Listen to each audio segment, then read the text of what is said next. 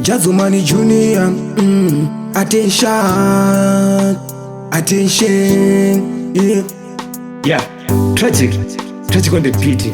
I guess you know who is right. Big up, roster production, yeah man. First Suspect Studio. Handingafe NdiriBharanzi, ndoda vana vadye tumadhonanzi.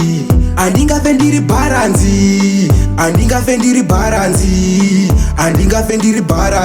ndoda vana vadye tumadhonanzi. Handingafe NdiriBharanzi, ndoda vana vadye tumadhonanzi. Handingafe NdiriBharanzi, ndoda vana vadye tumadhonanzi. Deshua handingafe ndirirombe, vana vange vachitora kamukombe.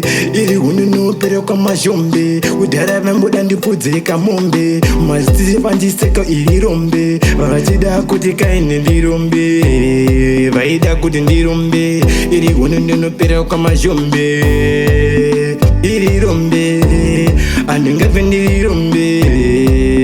ndirirombe, udhara mboniseka vachiti iri rombe, vachida kuti ndirombe, ine ndirombe, handingambove ndirirombe. Ambobvunza wangu mashambe, dhara vaimboda kuti kazvirambe. Aiva vachiti afana nemushonga, ngoma ndodzirova tisukati notonga pamangoma tripini. Ndikuya ndiri hoti, svidi ndakabvura ndiri mu240, ndobika ngoma pasina kamugoti. Ambobvunza kamukoma wangu buloti, ndirikuya ndiri hoti, famba kunge boti. Aiwa tisu acho kamagoti, ngoma ndodzirova ayatazoti, asandamboti. Saka ndati mangoma tomasunga fange wachi, ndinokocha nini ndinenge klopu. Mangoma saka ndati ambotarisa pakloko 27 shanda panika kawachi. Apano chichinja zvatiri, tiri kushandira kuti tigoita mbiri. Mangoma yautamukurumbira, ravaroona mutinimira. Ndati ndiri kuvaima panika meni, vaimbondituka vaifana iwe meni. Pati ngoma ndodzirova, saka ndati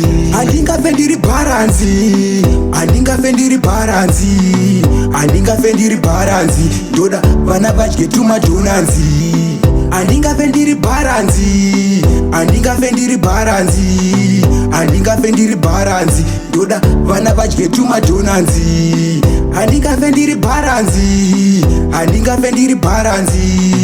Handingafe NdiriBharanzi, ndoda vana vadye tumadhonanzi. Handingafe NdiriBharanzi, ndoda vana vadye tumadhonanzi. First Suspect Studios.